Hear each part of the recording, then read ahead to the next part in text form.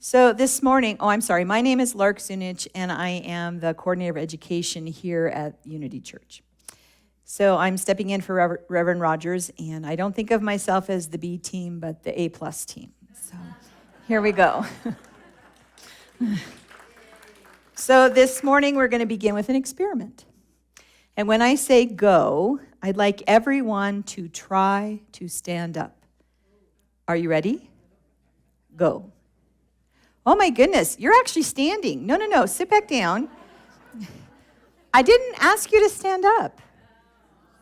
I asked you to try to stand up. Because if I'm trying to stand up, I'm not actually standing. I'm trying, right? So to get up to my feet, I'm not necessarily sitting comfortably, but I'm also not standing up. I'm not actually accomplishing anything. In the state of trying, I'm intending to stand up. I'm willing to stand up. I'm just not actually doing it. It's there in my mind, but it's not yet happening. So anytime you're trying to do something, you're not really doing it. When I was a teacher in a community college, students would come to see me after class very concerned about their grades.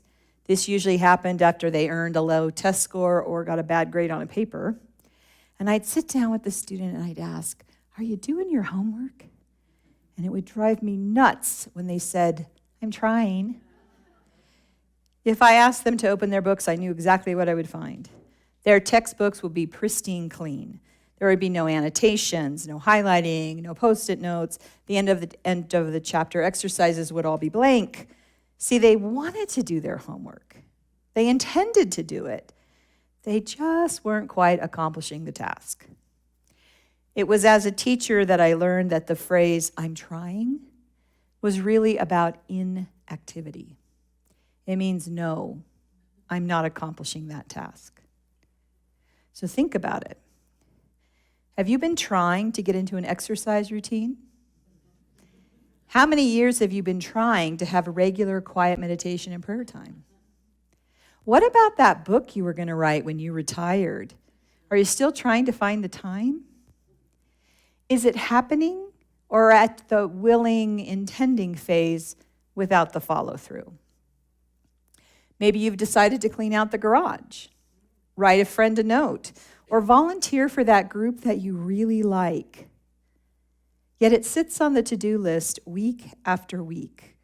In your mind, you're trying to get that done.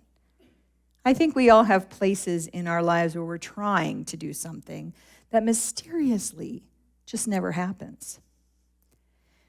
So let's turn to the great philosopher Yoda. Yes, I know Yoda is not a real person. He's a character in the Star Wars movies. For those of you who are uninitiated in the Star Wars franchise, Yoda is a being of indeterminate age. He is the premier teacher in using the Force. He describes it and says the Force is all around us and in every living thing. It lives within a person, and when we learn to work with it and let it flow through us, it is the power through which we can accomplish anything we set our minds to. Sound familiar? In the story, Yoda is teaching a young man, Luke Skywalker, how to access and use the Force. After attempting unsuccessfully to use this power, Luke Skywalker tells his mentor Yoda, "I'm trying."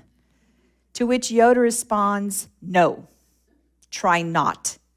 Do or do not. There is no try. Do or do not. There is no try." Yoda, believe it or not, is teaching about consciousness. When you expand your consciousness into the mysteries of the divine, trying becomes a thing of the past. So Reverend Marcia Sutton developed a teaching tool to understand consciousness, and she calls it the kingdoms of consciousness. There's my slide. We all start at the bottom in what she calls pre-consciousness. This pertains to our understanding of the divine. It's before you develop your spirit within awareness. This is often referred to as victim consciousness, because all forces are outside of you and capriciously acting upon you. All things are done to me. You can hear that in comments such as, why did this happen to me? I don't deserve this. Somebody up there just hates for me to be happy. Love is for the lucky, and I'm not lucky. These are all victim statements because things are happening to me, and I have no control over anything. As consciousness develops, we come to understand a personal power of spirit within. This is when I believe I can control and direct my life through affirmations and positive thinking. All things are happening by me. At this stage of consciousness, it all sort of feels like magic, and I am the wizard with the creator power. It's also the stage where people get stuck, and sometimes they go back to the pre-conscious mode. You can hear that in statements like, I said affirmations, I wrote them down, I looked at my treasure map every day, and nothing happened. This stuff doesn't work. Or, I don't believe in prayer. If praying had any power, then people would be healed. This reflects a stage of thinking and believing where there is duality. God is somewhere out there, all-powerful, but not always benevolent. Through our inner work, expanding into direct experiences of spirit or the divine, sometimes called mystical experiences, we move beyond thinking in duality and come to know that there is only one power and one presence in the universe, God the Good. We develop transpersonal consciousness, in which we feel the flow of a spirit moving within us, guiding us, directing our steps, and things are done through me. In the meditation song this morning, Michael Gott sang, "Here I am, a vessel to be used." Being a vessel is present at this level of consciousness because God and I are co-creators. I act as the living vessel of God on earth. As spirit flows into me and out of me, I am the hands, the feet, the voice, the love of God in the world. Folks who are at this level of consciousness don't use victim language. They don't label the events in their lives as good or bad, but rather look for the lesson of the spiritual truth contained within each experience. These folks do believe that whatever comes into their life is actually for their good and their growth. There's another level of kingdom of consciousness, omni-consciousness. This is no longer a matter of spirit just flowing through me, but as me. Things are being done as me. Means that I believe and I live the I am statements. I am love. I am peace. I am harmony. God and I are one, and as part of the one, I am all that God is. This is the level of consciousness Reverend Rogers was talking about last week when he quoted from Psalm 82.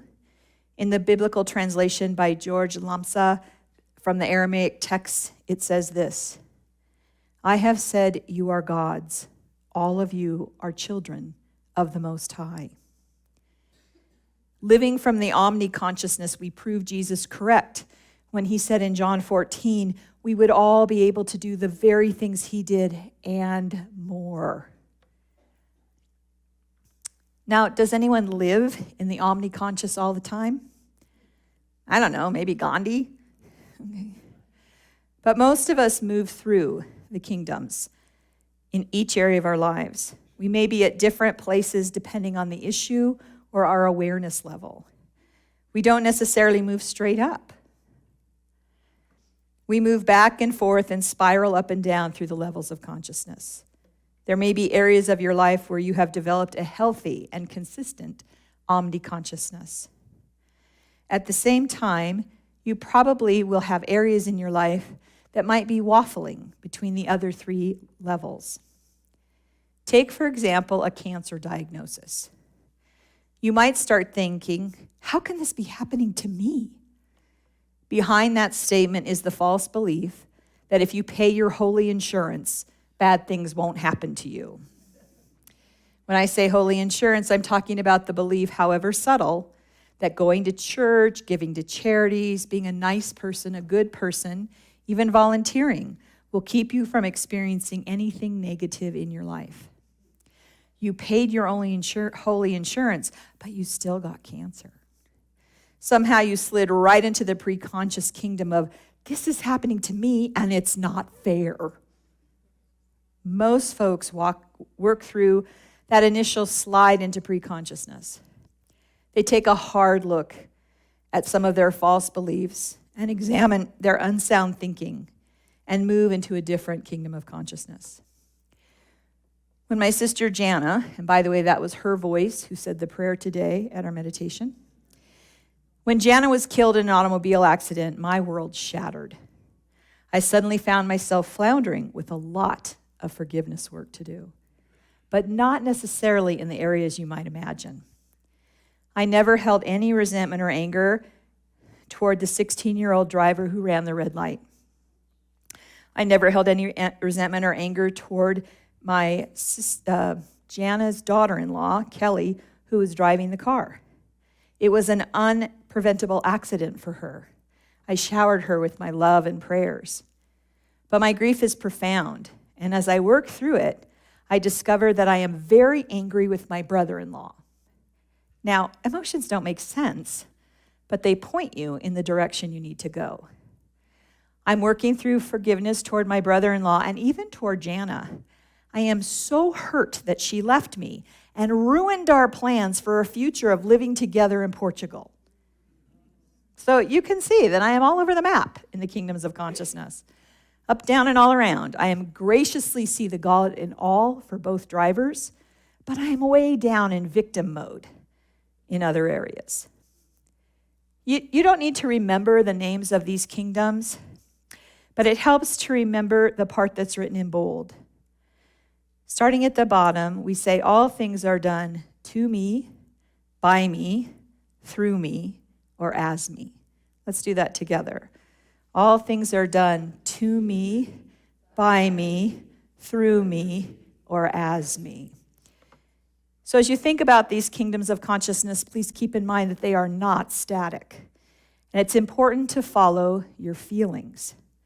The statements you make to yourself and the feelings that come up are there to help you discover what you truly believe and why you act or react as you do during crisis or unwanted drama.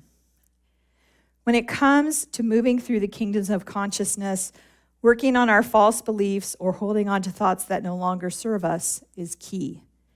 Emotions that can completely derail the process are anger, resentment, and hatred we hold toward others or we hold against ourselves.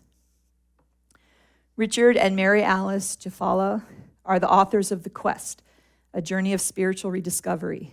In their follow-up workbook called Adventures of the Quest, it describes feelings of hatred, resentment, and unforgiveness as barnacles on the soul.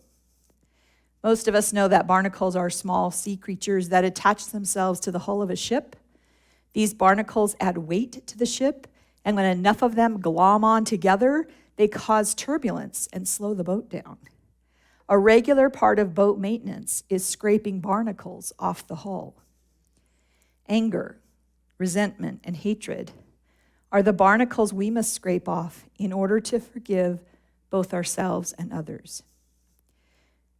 Richard and Mary Alice say, the power inherent in our divinity is available only when we love.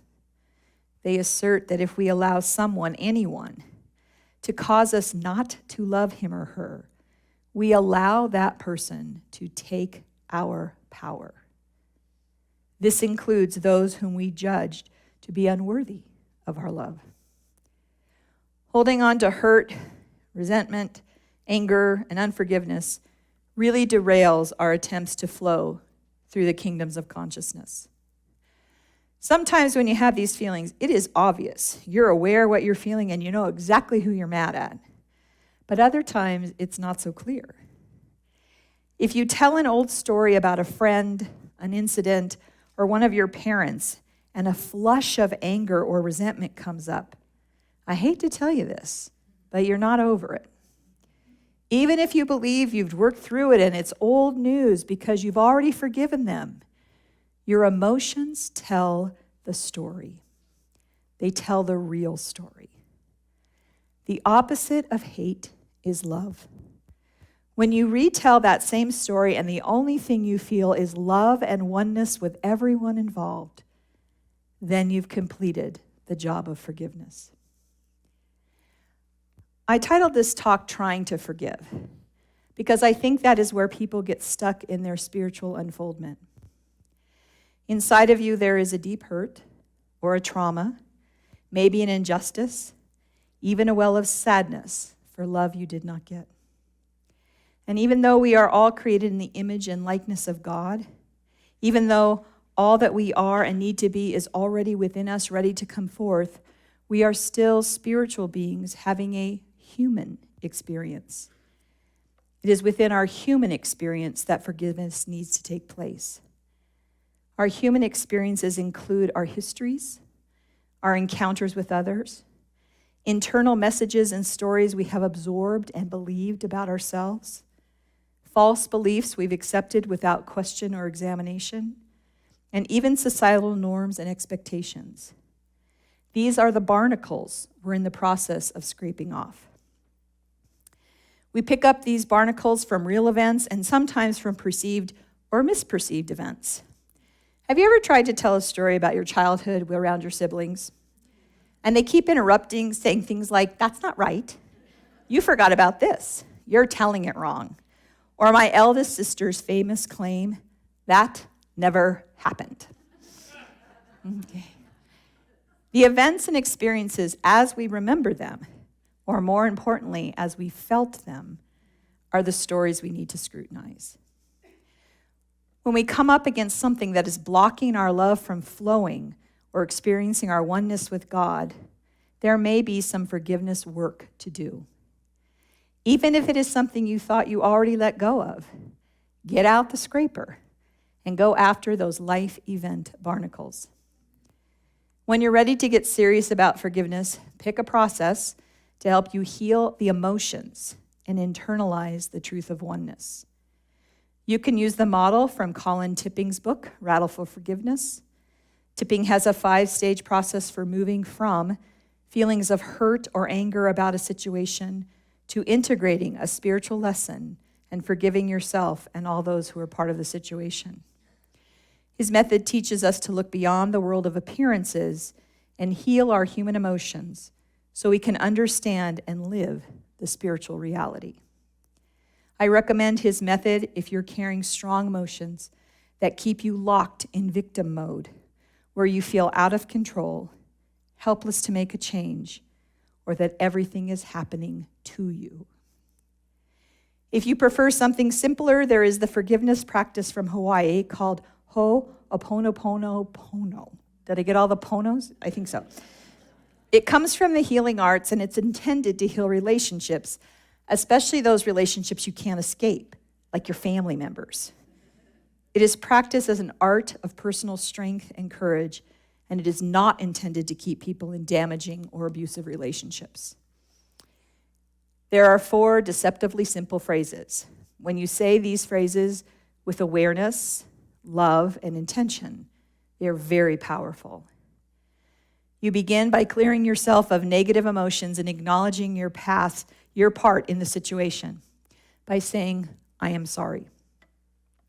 You continue by letting the other person know you don't want to stay in the current dynamic by saying, "Please forgive me." The next 2 phrases are intended to remind ourselves that the only person we can ever change is ourselves. So we accept the other person unconditionally by saying, "I love you." And finally, you end the process with gratitude by saying, "Thank you." Richard and Mary Alice recommend that to have true forgiveness, you must know and believe 2 important spiritual truths. First, other people are spiritual beings unaffected at their essence by their own words or deeds, no matter how heinous or cruel. Second, you, at your essence, are a spiritual being and are unaffected at the spiritual level by others' opinions or words. To heal and forgive, Richard and Mary Alice recommend using guided meditations and visualization to see the other person as a spiritual being who is one with the divine. You might have to begin by picturing that other person as an infant who is innocent, pure of heart, filled with only divine love. Notice with all three methods, I did say it was work. Scraping off soul barnacles requires action, effort, honesty, and self-compassion. All of the willingness and intention in the world won't get you there. Because if you're still trying to forgive someone, some group, some past trauma, the intention is probably there. The willingness is evident, but the action is missing. Action starts by admitting that trying to forgive really means you're not doing it. So in the words of Yoda, try not. Do or do not. There is no try. Amen.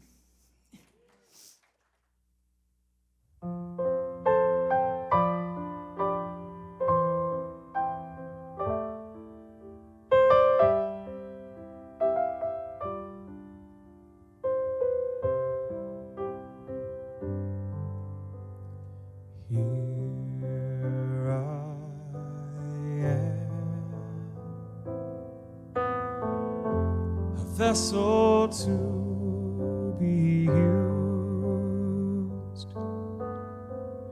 Whatever Spirit needs of me, I will be, I will be, I will be.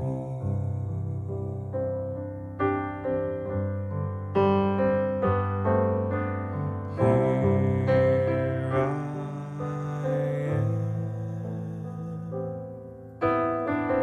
a vessel to be used. Whatever Spirit needs of me, I will be, I will be, I will be.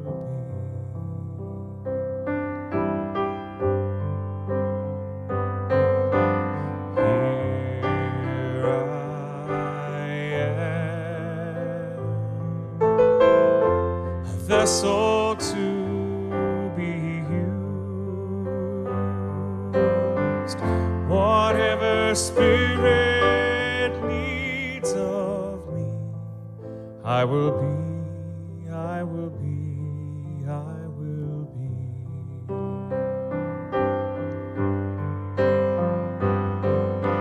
Here I am, a vessel to be used.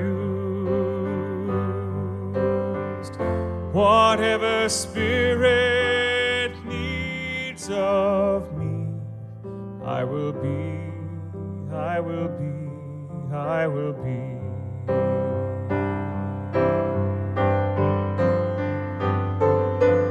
Here I am, a vessel to be used. Whatever Spirit needs of me, I will be, I will be, I will be.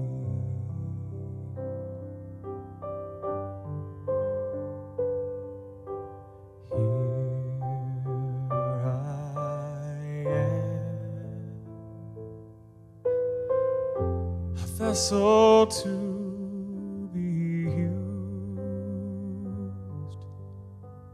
Whatever Spirit needs of me, I will be, I will be, I will be.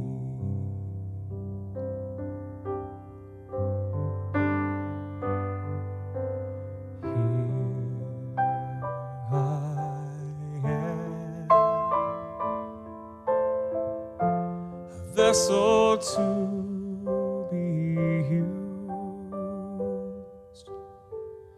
Whatever Spirit needs of me, I will be, I will be, I will be. Whatever Spirit needs of me, I will be, I will be, I will be.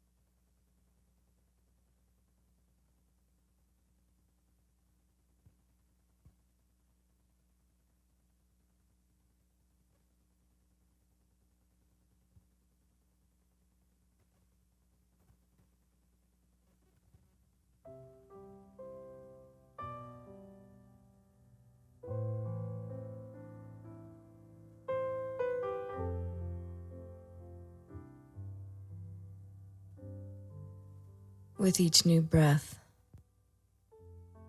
take in the divine design for your life.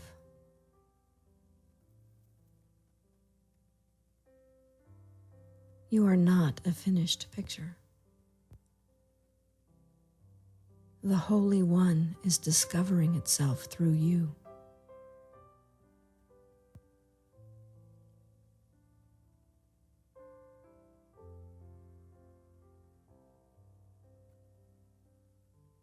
Beloved, let me live today as a crystal clear vessel through which your light shines.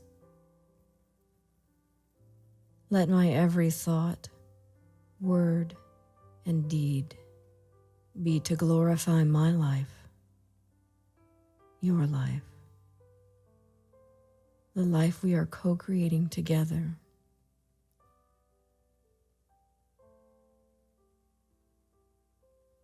I surrender completely to you and open myself to all the possibilities this day holds for me.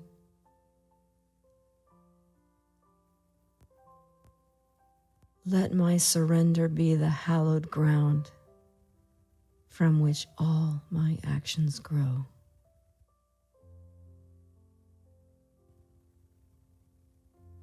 Amen.